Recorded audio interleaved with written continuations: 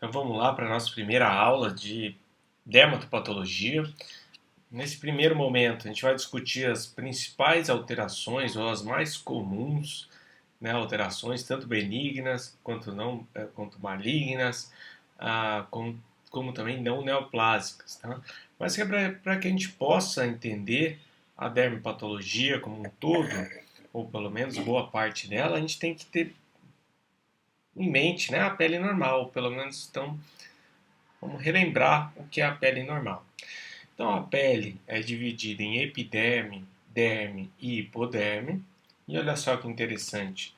A epiderme tem uma origem diferente da derme e hipoderme. Né? A epiderme tem uma origem na ectoderme e a derme e hipoderme na mesoderme. E isso mostra lá no futuro, mais para frente, quando a gente discutir imunistoquímica, que ambas têm alterações, né? Expressam marcadores diferentes. Então elas têm origens diferentes, né? Então aqui vem do mesoderme, aqui da ectoderme. Então a ectoderme se multiplica muito mais vezes. Então é claro que os tumores, as neoplasias da ectoderme vão ser mais comuns do que da mesoderme, né? O que a gente pode inferir aqui também, lembrando de patologia básica, né? Se a epiderme tem origem na ectoderme, no tecido epitelial, a gente vai dar origem, né, pensando nas lesões malignas, nas neoplasias malignas, né, o câncer, a gente vai ter os carcinomas. E na derme e na hipoderme nós vamos ter os sarcomas. Lembram que o carcinoma tem origem epitelial e a nomenclatura, né, carcinoma quer dizer tumor, câncer, né, neoplasia maligna, câncer de origem epitelial, e os sarcomas de origem mesenquimal. Né? Então, a mesoderme, que aqui é representado pela derme e hipoderme, tem uma chance de malignização muito menor, né? A taxa de multiplicação é muito menor. E além disso, a gente tem ainda os anexos cutâneos, né? As glândulas sudoríparas, glândulas sebáceas, os pelos, unhas e assim por diante. Então vamos detalhar um pouquinho melhor. A epiderme, ela pode ser dividida, nem sempre presente, tá? Em 5 camadas: camada córnea, camada lustra, camada granulosa, espinhosa e basal. Como qualquer outra basal, geralmente estão lá as células totipotentes do tipo adulto, né? Então é frequentemente em outros órgãos também chamada camada basal, também chamada de germinativa. Ela que vai dar origem, né, multiplicar e vai dar a renovação também da epiderme, né? Então é uma célula bastante importante. Então elas vivem na camada basal e também lá, a gente vai ver lá no bulbo piloso. Então, a camada basal é mais de baixo, depois é seguida pela camada espinhosa, depois para a camada granulosa, alguns autores reconhecem uma camada lustra e depois a camada córnea, ok? Isso pensando só na epiderme. Nesse desenho aqui, aqui para baixo já é a derme, né? Então, aqui olhando no desenho esquemático, né? Daqui para cima, a epiderme. Outra coisa que chama atenção, olha só, a epiderme não tem vaso sanguíneo. Então ela é nutrida, embebida pelos vasos que estão lá na derme. Então pensa comigo, uma neoplasia que tem origem na epiderme, né? A gente vai discutir ao longo das próximas aulas, né? Origem na epiderme. Ela só vai poder dar metástase quando ela ganhar os vasos, né? Ou o vaso linfático, ou o vaso sanguíneo, mas que estão localizados na derme. Então, essa já é uma pré-definição que a gente vai discorrer ao longo das aulas sobre carcinoma in situ. In situ é quando ele não rompe a membrana basal. O que quer dizer, então, in situ, né, tecnicamente falando também? Que ele ainda não tem chance de dar metástase, né? Não é ainda não é, vamos dizer assim, pensando em malignização, né, em câncer, não é a etapa final, né? É a primeira etapa. Então, definimos a epiderme olhando um pouquinho melhor. Camada basal, aquilo que eu já adiantei para vocês. Ficam as stem cells, né? As células totipotentes, no caso do tipo adulto. Então, aqui tracejado em branquinho, onde fica a camada basal ou camada germinativa. Então, é mais comum, até frequente, a gente encontrar mitoses nessa região, claro, ela está se multiplicando, acaba se renovando aí em 15 a 30 dias, tem filamentos terminados de queratina, enfim, são células cúbicas um pouquinho mais azuladas e elas ficam ligadas, ancoradas aqui à lâmina basal ou membrana basal. Né? Então elas ficam ligadas aqui nessa junção. A camada espinhosa são células também chamadas mais poliédricas, né? Lembrando assim uma vegetal, mas não confundam, né? Os dois tipos de células, só para vocês entenderem. A gente tem o núcleo arredondado, como qualquer outra célula epitelial, e o nucleolo também, né, é geralmente evidente. Tem as expansões citoplasmáticas, que são os tanofilamentos. A gente começa a ver aqui também os desmossomos, por isso que ela é chamada de camada espinhosa. As primeiras pessoas que olharam o microscópio acharam que ela tinha espinhos, e daí camada espinhosa. Então, tem lá os desmossomos, que vocês já devem lembrar muito bem, que é responsável para a coesão, né, e resistência ao atrito da pele. Então, são os desmossomos que fazem ligação entre uma célula e outra, né, deixa esse grupo da epiderme bem coeso. A camada granulosa vem logo acima da camada espinhosa, varia conforme a região da pele, de 3 a 5 fileiras de células, também poligonais. Chama a atenção, olha só, esses grânulos, que são chamados grânulos de queratohialina. Então, esses grânulos a gente chama por isso, né, tem grânulos, camada granulosa.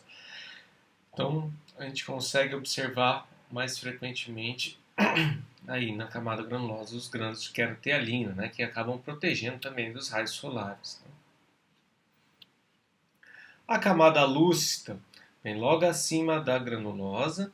Alguns autores não reconhecem ela como uma camada propriamente dita, porque ela é extremamente fina, né, achatada, né, não tem mais núcleo, ok? Então eu não vou ver mais o roxinho, não vejo mais núcleo. Né? Eles foram, todas as organelas e todos os núcleos foram digeridos pelos lisossomos.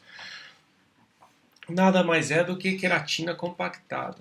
Né? E aí a camada córnea em si, que é basicamente queratina. Né? Então também, normalmente, a camada córnea não tem mais núcleo. Né? Se a lúcida não tem mais núcleo, obviamente, aqui em cima, que já é a próxima, né? A camada córnea. Não tem núcleo também. Então aqui a gente olhando a camada córnea.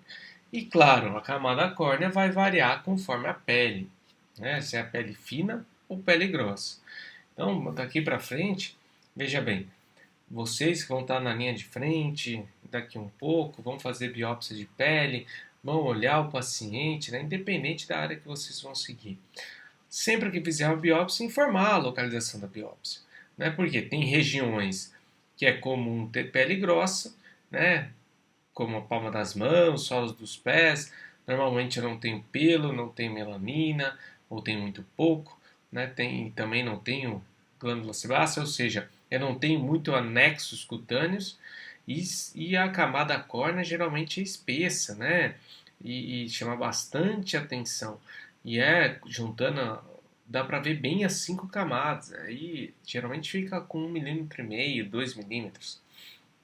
A pele fina, principalmente no rosto, a gente vai já ver os anexos cutâneos. E 3 a 4 camadas, a gente não tem muito a camada córnea, bem fraquinha, ou a lúcida é imperceptível. Né? E é uma pele, claro, mais fina, principalmente pela falta da camada córnea. Bom, professor, mas por que tem que informar? Veja, se eu começo a ver uma pele assim no rosto, aquela pele é doente. Se você fala que a biópsia é da mão, do solo do pé, ok, é normal, e vice-versa. Né? Então, eu posso encontrar uma pele sem anexo cutâneo e você não me diz que é uma região de pele grossa, pode ser alguma doença. Né? Então, eu tenho que saber onde você fez a biópsia. Digo eu, o patologista. Tem outras células né? A gente discutiu basicamente os queratinócitos, né? Compõe aí a grande parte das células da epiderme, mas a gente não pode deixar de mencionar. Nessa mesma região na epiderme, a gente tem os melanócitos, as células de Langerhans, né, e as células de Merkel. Então, tem várias origens, tem outras células de origens diferentes do que os queratinócitos. Então, a epiderme, lógico, a grande maioria aí, os queratinócitos têm origem na ectoderme, mas a gente também tem células, né, os melanócitos têm origem até um pouco dúvida, mas a maioria dos autores dizem que tem células neurais, as células de Langerhans, que na verdade são células apresentadoras de antígenos, né, as células de Merkel também tendo uma origem aí, talvez neuroendócrina, né? Um pouco mais de, a gente tem um pouco precisa aprofundar ainda mais os estudos nessa época. Certamente não tem uma origem epitelial. Então, claro, os queratinócitos são as maiorias, mas lembrar que na nossa pele tem um monte de célula apresentadora de antígeno, lembrar lá de inflamação básica, né? As células apresentadoras de antígenos, aqui pelas células de Langerhans, as células de Merck e os melanócitos que vivem mais na camada basal. A gente já vai discutir eles também. Então, os queratinócitos, a gente viu, acabou de ver, são aquelas células que estão espalhadas lá naquelas 5 estratos, lá, né? Camada basal, camada espinhosa, camada granulosa, lúcido e córnea, que na verdade são o resto de células, né? Os melanócitos, olha só, eles vivem na camada basal, então são células mais claras. Geralmente um melanócito a cada 10 queratinócitos. E também ficam mais ou menos presos lá na lâmina basal. Então por isso que eles vivem na camada basal. Se a gente começa a ver melanócitos subindo, que a gente diz, né, subindo os estratos, isso certamente é uma doença e a gente vai verificar qual é. Bom, outra coisa que já tem que ficar claro desde já. Os melanócitos, eles produzem a tal da melanina, mas ele produz e entrega queratinócito. Então, quem acaba armazenando os grânulos, né, de melanina são os queratinócitos. Então, o melanócito produz e entrega para o queratinócito pelos prolongamentos, né, chamados de melanossomos. Outra coisa que tem que ficar claro para vocês, não é a quantidade de melanócitos que altera a cor da pele, ok? Então, isso tem que ficar bem claro desde já. Então, as variações da coloração da pele não é pela quantidade de melanócitos. Todo mundo tem a quantidade igual, ok? O que muda é a produção. Claro, as pessoas de tons de pele mais escuros produzem mais melanina e, e as pessoas com tons mais claros produzem menos melanina. Mas a quantidade de melanócitos são iguais. Então, às vezes, alguns mal informados acabam achando que tem mais melanócito, né? Por exemplo, quem tem um tom de cor mais escura. Não é. A quantidade é igual. Ok? Por que eu friso muito isso? Para quando estiver olhando uma lâmina, não se confundir e achar que não é neoplasia, né? Porque, ah, enfim, o paciente tem um fototipo tipo 5, tipo 6, e aí se encontra mais melanócito e acaba não dando diagnóstico. Então não é assim, né? Então guardem, todo mundo tem a quantidade de melanócitos, né, da célula muito semelhante. O que muda é a produção. A gente já citou. Claro, a exposição solar acaba escurecendo a melanina pré-existente, então por isso que algumas pessoas se bronzeiam. Também acelera a injeção de melanócitos nos queratinócitos e também estimula maior síntese. Então, por isso, quando a gente toma sol, geralmente a gente fala que se bronzeou. Na verdade, aconteceu esses 3 eventos aqui: escurecimento de melanina já pré-existente, a aceleração da injeção e maior síntese. Ok? E claro, a falta de melanina chamada albinismo. Das células de Langerhans, né, nada mais é uma célula apresentadora de antígeno, então a gente pode idealizar como um macrófago do tecidual, né, um macrófago que vive aí. Então, ele é localizado em toda a epiderme, mais frequentemente na camada espinhosa, ou seja, mais próximo ao contato ao meio externo. E aqui ressaltando, né, numa coloração chamada Red Fast, imunistoquímica, as células de Langerhans, aqui marcada em vermelho, meio rosa, ok? Aqui mostrando pelo marcador CD1A. E as células de Merkel, né, são mecanorreceptores, então a sensibilidade tátil, também mais localizado na camada basal, geralmente na região palmar e plantar, mas existe em outras localizações também, mais frequentemente nessas regiões, onde a gente percebe mais o tato, né, gente? A gente tem mais a sensibilidade. Então, é meio óbvio que elas sejam em maior quantidade nessa região.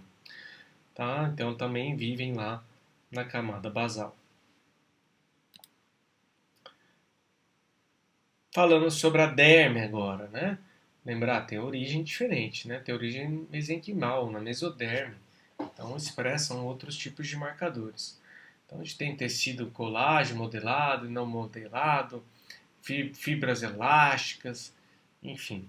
A gente tem as chamadas papilas dérmicas, que são essas reentrâncias. Então, uma epiderme, é uma pele, melhor dizendo, sempre vai ter esses altos e baixos, né, chamados então as papilas dérmicas, que tem ajuda, né, maior adesão e maior nutrição. Então, uma pele atrófica, a gente também veria ela retificada, né? A gente não vê o normal, que seria esse morrinho, esse vai e vem, né? Então, epiderme ou uma pele normal tem esse vai e vem. Uma pele atrófica, geralmente ela é plana, bem retificada. Então, mostrando os tipos ou subtipos de derme, a gente tem aquela derme papilar, que é a primeira porção responsável por nutrir e fazer maior aderência, né, da epiderme, e a derme reticular, maior porção, onde já vai encontrar também os anexos cutâneos. Então, aqui resumido bem o que a gente já falou. Outra coisa importante. Não, falei também, né? A derme reticular, onde a gente vai encontrar os anexos cutâneos.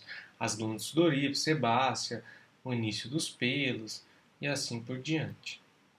E a hipoderme, no ser humano, ela não é tão desenvolvida assim. Embora a gente consiga perceber mais a hipoderme em pacientes ou pessoas com sobrepeso, obeso, né? Mas ela é muito mais frequente nos outros mamíferos, né, que tem um importante papel, né, de reserva energética e principalmente isolante térmico. Né? No ser humano isso não que não seja importante, mas comparando com os outros animais, a importância é extremamente menor. Né? Os anexos cutâneos, como eu disse para vocês, os pelos, as glândulas, tanto sudoríparas quanto sebáceos, e também a unha. Os pelos, né? Nada mais é do que uma invaginação epitelial formando um folículo piloso. O importante, né? É importante ressaltar que o bulbo peloso também é um nicho muito importante de células totipotentes. Né? Então, quando a gente tem uma lesão na epiderme, essa região aqui é uma das principais para a regeneração cutânea. Ok? As glândulas, né? A gente tem sudoríparas, tem as sebáceas que vão junto com o pelo, né? Secretam junto, né? Aqui mostrando a sebácea, enfim. Na puberdade vai mudando a composição, então vai ter triglicerídeos, ácidos graxos, colesterol, né? Que também começa a dar um odor característico, né? A gente começa a ter esse odor depois da puberdade. Então, mostrando para vocês as glândulas sebáceas, as glândulas sudoríparas que vão secretar o suor, né? Lembrando que o suor aí é composto por sais, mas também ureia, amônio, né? Ácido úrico, é importante reconhecer. A unha, né? Mostrando aqui a histologia da unha, a gente pode dividir ela em cama, matriz, enfim. Tem uma série aí de subdivisões da unha que é extremamente importante quando a gente vai falar de lesões de unhas, melanomas unguiais, né? Até carcinomas podem acontecer. Então, em resumo, a epiderme tem a camada basal. Quem que está na camada basal? Os melanócitos, Merkel, né, hemidemossomas. Mas lembrar que aqui então a essa região, pensando nos queratinócitos, né, também chamado então de camada germinativa, que vai se multiplicar. Depois temos a camada espinhosa, os Langerhans, né, além dos queratinócitos, a gente está falando, né, as células de Langerhans, e aí já vem os desmossomas, né, lembrando aquela, parece que a gente está vendo o desmossoma no microscópio, né, a ligação entre um e outro, a camada granulosa e a camada córnea, lembrando que alguns autores ainda colocam a camada lustra aqui no frente, aqui no meio, né. A membrana basal é a que separa epiderme da derme, né? Então, é uma membrana plasmática, né? Que aí tem várias células ancoradas nelas, como as células basais. Enfim, a gente viu também que os melanócitos também ficam ligeiramente ancorados. A derme, a gente pode separar em derme papilar reticular e também a hipoderme, né? E no ser humano não é tão desenvolvida assim, ok? Então, esse é o resumo de pele normal. E alguns conceitos básicos de alterações cutâneas, vocês vão ver também, principalmente na dermatologia clínica, né? Mas é bom a gente sempre reforçar principalmente esses conceitos. O que é uma hiperqueratose? É o espessamento exclusivo, vamos dizer assim, da camada córnea. A acantose é o espessamento da epiderme como um todo, né? É maior ali na camada espinhosa, mas é um espessamento, né? Uma hiperplasia da epiderme. A paraceratose tem alteração da maturação, ou seja, lembra lá na camada córnea que a gente só devia ver queratina, a gente começa a ver alguns núcleos lá, né? Então não era para ter núcleo lá. Isso é chamado paraceratose. Então tem uma alteração da maturação das células epidérmicas, né? Vai persistir com o núcleo, aquilo que eu disse para vocês, na camada córnea. Não tem muito camada granulosa, né? Então às vezes não vem nem os grânulos queratealina. E os grânulos de queratealina, né? A gente viu que são extensamente azulados, arroxados, né? Basofílicos, na camada granulosa. Então aqui ó, mostrando clinicamente uma hiperqueratose, né, que é o espessamento da camada córnea. Então, isso que a gente vê, mas como mais comum, mais fácil de ser visualizado, né, e mais comum de acontecer nos locais de pele grossa, mostrando aqui um calcanhar, né. Então a gente vê aqui uma camada córnea espessada, bem maior do que o natural, então uma hiperqueratose. A acantose, né, espessamento da epiderme, né, mais na camada espinhosa.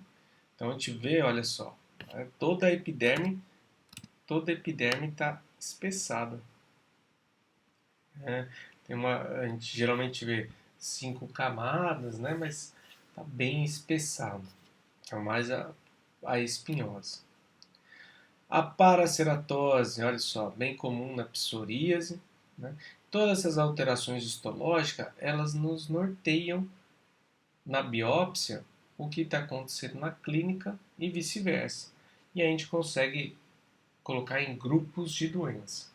E vocês vão aprender mais para frente ainda, né? Aqui a gente está revisando. Então, paraceratose, né? Comum locais, áreas de atrito, de dobras, olha só. Lembra, a camada córnea não devia ver núcleo. E aqui eu estou vendo, né? Paraceratose.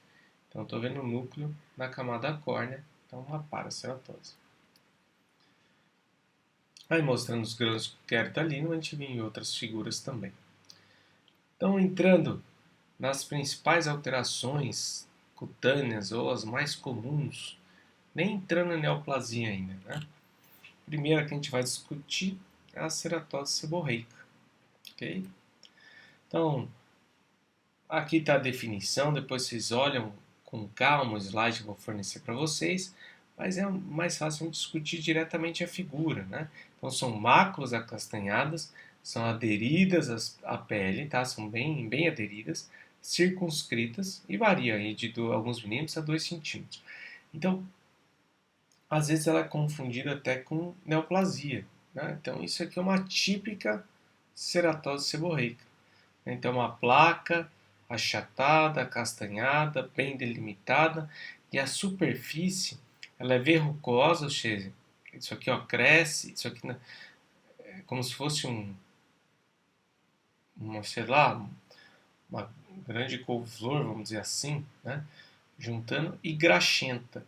O que quer dizer graxenta? Quando se a gente pudesse tocar essa foto aí, fica oleoso.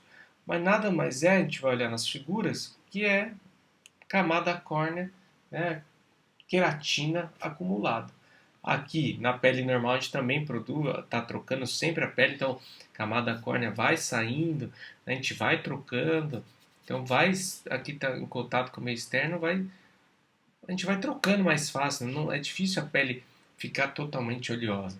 Mas aqui, ó, como existem crateras, essa queratina acaba se acumulando. Então, quando a gente passa ou toca essa lesão, ela é bastante oleosa, né, graxenta. Elas são mais comuns, né, na face, no tórax e no dorso das mãos. Pode acontecer em qualquer lugar, mas esses são os locais mais comuns.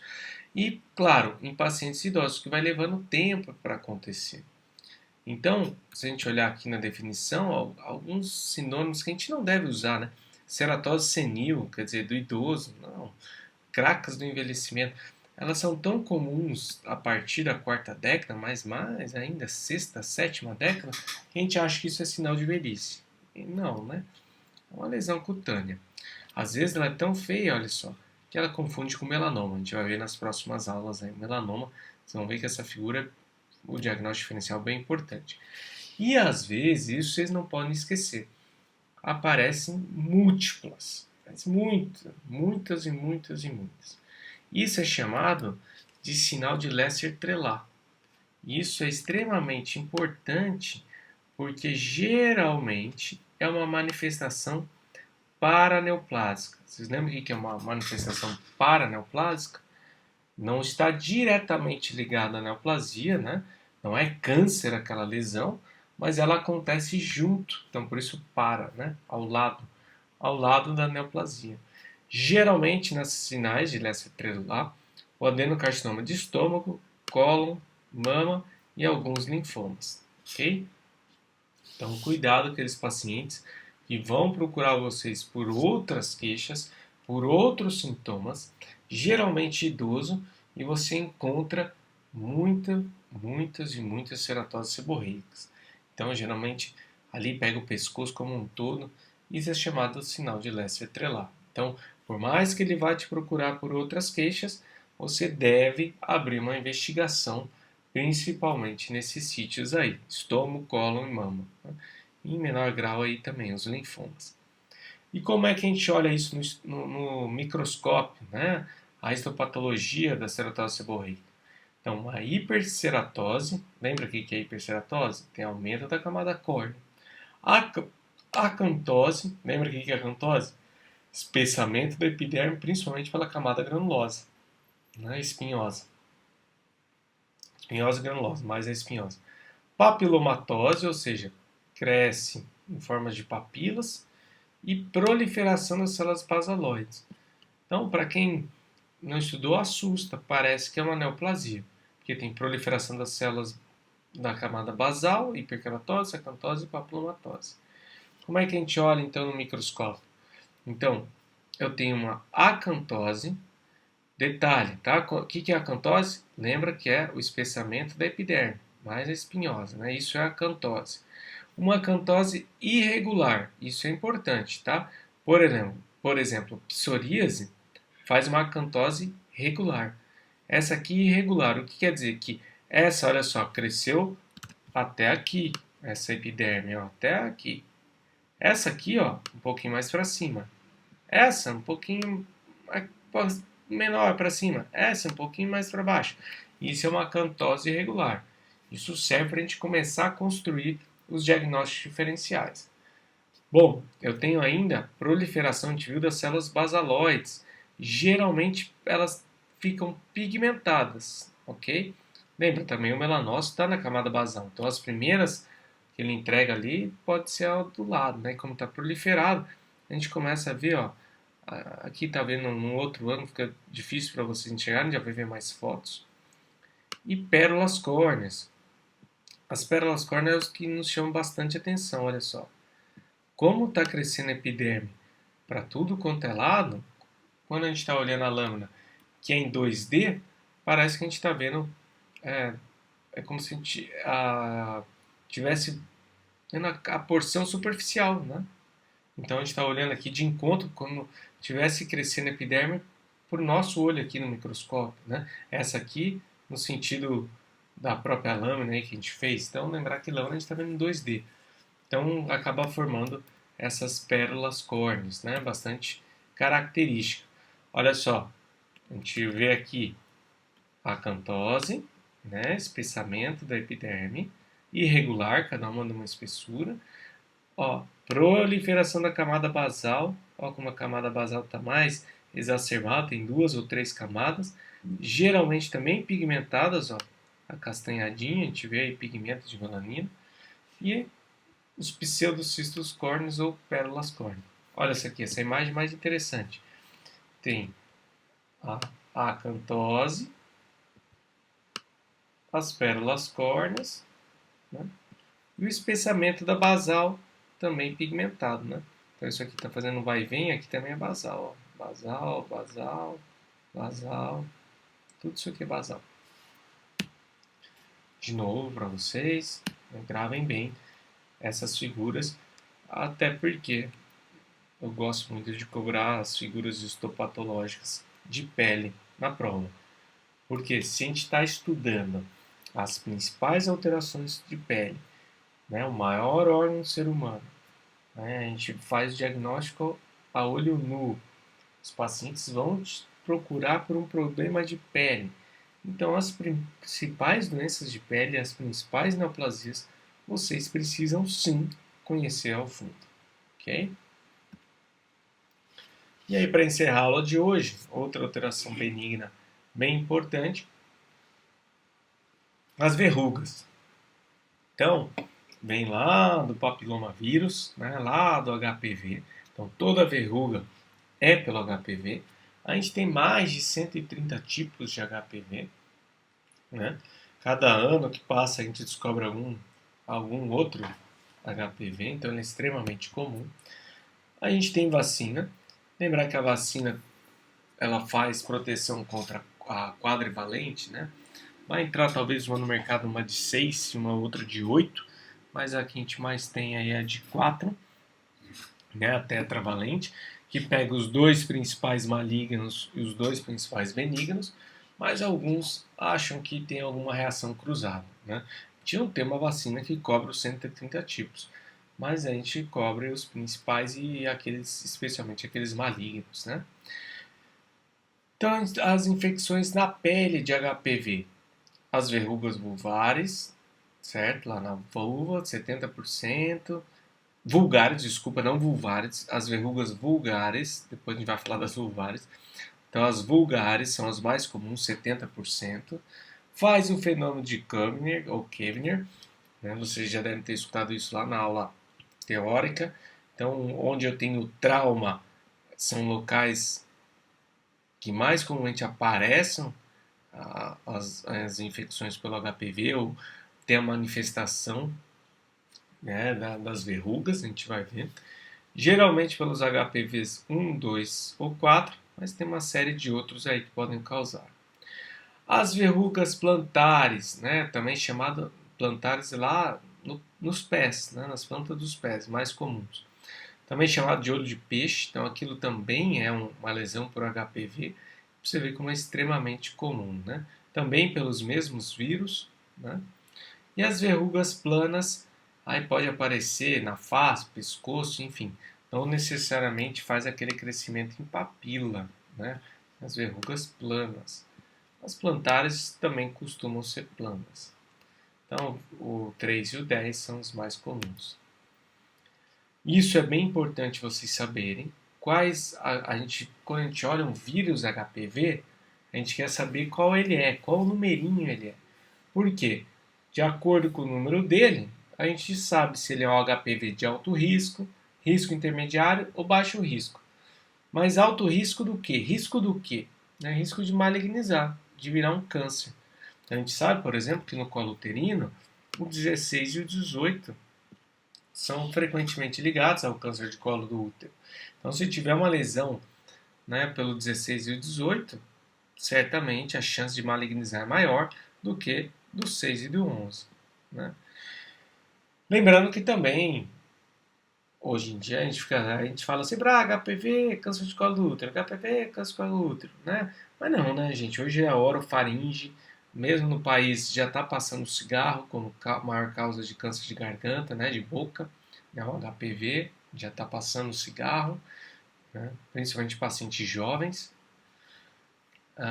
Também dizem que qualquer câncer, na real, que faz papila, se a gente for investigar bem, quase todos têm relação com o vírus HPV. Então, papiloma ou carcinoma papilar de mama, também já apareceu alguns estudos que tem HPV e assim por diante. Então, é um vírus que tem que tomar cuidado. E se porventura alguém da geração de vocês ainda não fez a vacina, por favor, se vacinar o quanto antes. Ainda mais que eles vão entrar na prática clínica agora, vão visitar centros cirúrgicos, vão ter contato maior com os pacientes, e assim por diante. Então, altamente recomendado, não só por isso. Então, eu mostrando um exemplo para vocês de verruga vulgar, né? Então, é comum em crianças, né? Em mãos e pés. Cuidado se começam a aparecer em regiões genitais, né? Pode ser ou não abuso, mas enfim. Mostrando para vocês, né? Algumas figuras bem características. E olha só, sempre fica essas como se fosse sangue coagulado, né? E realmente é. A gente já vai ver na histologia que isso se traduz. E esse crescimento papilífero, né, papilar, em papilas, também a gente vai ver na histologia. A verruga plana, né, fenômeno de Koebner, então onde a gente tem trauma, fica uma linha, né, de lesões por HPV, então é bem comum. Em mosaico, né, olho de peixe, olha aqui, ó, o mosaico. Começando a histologia, no menor aumento, a gente já consegue ver o crescimento papilar e converge, parece que elas convergem sempre para o mesmo centro, né? São centrípetas, parece ter um centro e todas elas vão, parece que crescer em torno desse centro. Então, essa é uma dica valiosa para a gente dar o diagnóstico. Também tem hiperceratose, papilomatose, ou seja, vai crescer em forma de papila, né? Camada córnea, a gente viu tudo isso daí. Ó, convergência, aquilo que eu falei para vocês, parece ter um ponto central de crescimento. Né? Alteração, quando a gente vê no HPV, lembra que a gente viu lá nos primeiros slides os grânulos de querato-hialina? Quando a pele, a epiderme está infectada pelo HPV, ele faz grânulos de querato-hialina grosseiros, olha só o tamanho dos grânulos, bem grandes e grosseiros. Isso é fidedigno aí do HPV. Isso a gente já discutiu um pouquinho, vai discutir nas próximas fotos. E olha lá. Então a gente vê esse halo, também perinuclear, né, chamado de coilocitose, os coilócitos, e os grânulos bem grotescos, grandes, né, grosseiros. Então isso é bem... A gente também vê um pouco no colo do útero uma coisa semelhante, mas aqui na pele a gente vê esses grânulos. Nos dá a dica que é uma infecção por HPV, né, uma verruga vulgar, uma verruga viral. Hoje em dia a gente está deixando de usar o termo verruga vulgar, porque, não sei, o aspecto é ruim esse nome, né? Então a gente começa a falar mais verruga viral, né? Mas tem paciente que prefere vulgar, que acha que vem do comum, né? Querendo ou não, a palavra vulgar quer dizer comum. E o viral, alguns acham mais pejorativo, né? Varia um pouco. Olha lá, os grânulos bem grosseiros. Também infecta a pele, mas também infecta a mucosa, tá? A gente pode ter lá genital, né, o condiloma acuminado, tumor de Busch-Lowenstein, que é gigantesco e tem uma maior chance de malignizar, de virar câncer, né, de virar um carcinoma cutâneo, um carcinoma de células escamosas, melhor dizendo, papilose bovinoide. Então, olha lá, HPV 6 e 11, HPV 16. Olha aqui, esse aqui é praticamente considerado uma lesão pré-maligna, né?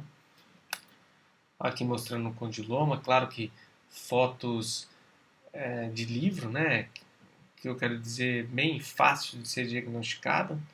Tumor de Busch-Lowenstein geralmente fecha o introito, seja o introito vaginal, né, a entrada anal, acaba fechando, então tem grandes dimensões e muito provavelmente já tem malignização. Okay? A gente pode florear um pouco mais, né, chamar de papilose oral florida, hiperplasia focal de REC, enfim, conforme a região, a localização. Então, aqui na boca, mostrando para vocês, então, as placas brancas, né, as leucoplasias, tem que fazer biópsia, ver se é uma lesão pré-cancerosa ou infecção para HPV e assim por diante. E o tratamento geralmente é tópico, geralmente com ou nitrogênio líquido, ácido acetilsalicílico, enfim, às vezes tirar até cirurgicamente, principalmente naquelas lesões grandes, ok? Então, até o próximo vídeo, pessoal. A gente continua de ceratose actínica.